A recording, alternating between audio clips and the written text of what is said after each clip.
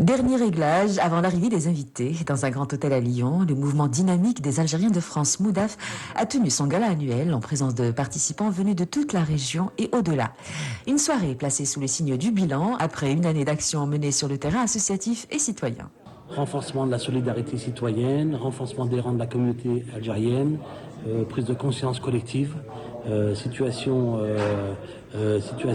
qui nous appelle à être conscients des enjeux et de ce qui peut toucher la communauté nationale et la souveraineté nationale.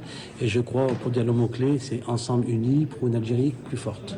La rencontre a été ponctuée par les interventions de personnalités de la société civile en France, parmi elles Maître Adia, bâtonnière à Nîmes, mais aussi des messages de figurants engagés de longue date pour les causes justes à partir d'Alger en messages vidéo, des prises de parole qui rappellent une même idée.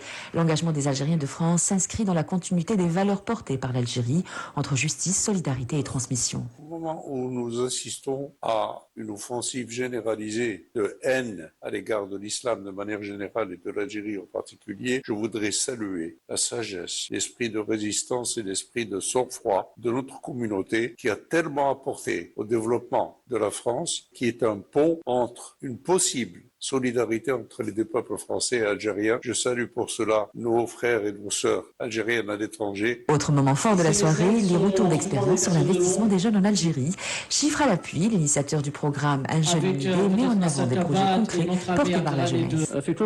Aujourd'hui, plus de 100 000 membres de la diaspora algérienne manifestent un intérêt croissant pour l'entrepreneuriat et la création d'entreprises en Algérie. Les données indiquent que plus de 20% des entreprises actuellement actives sont détenues ou dirigées par des membres de la diaspora, ce qui renforce l'idée que celle-ci joue désormais un rôle important et stratégique dans l'équation de l'économie nationale.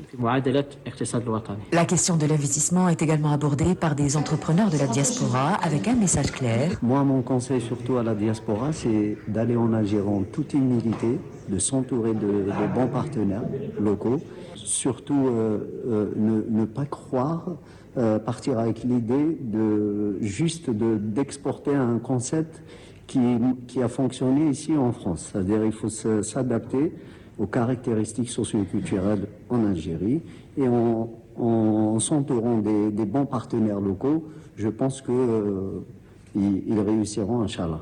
Le MOUDAF s'adresse également aux plus jeunes, encore en formation ou engagés dans le milieu associatif, notamment les membres de l'association des sportifs algériens de Villeurbanne. Ça a été fondé par Ahmed Mokran en 1979. De base, ça a été un club créé pour les Algériens qui vivaient en France.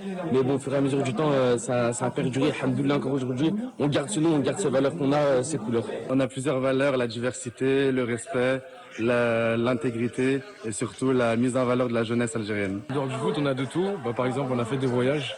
Surtout en Algérie, on essaie d'avoir de la chance de partout. Par exemple aussi, on essaie surtout d'avoir des spectacles, d'avoir un peu tout.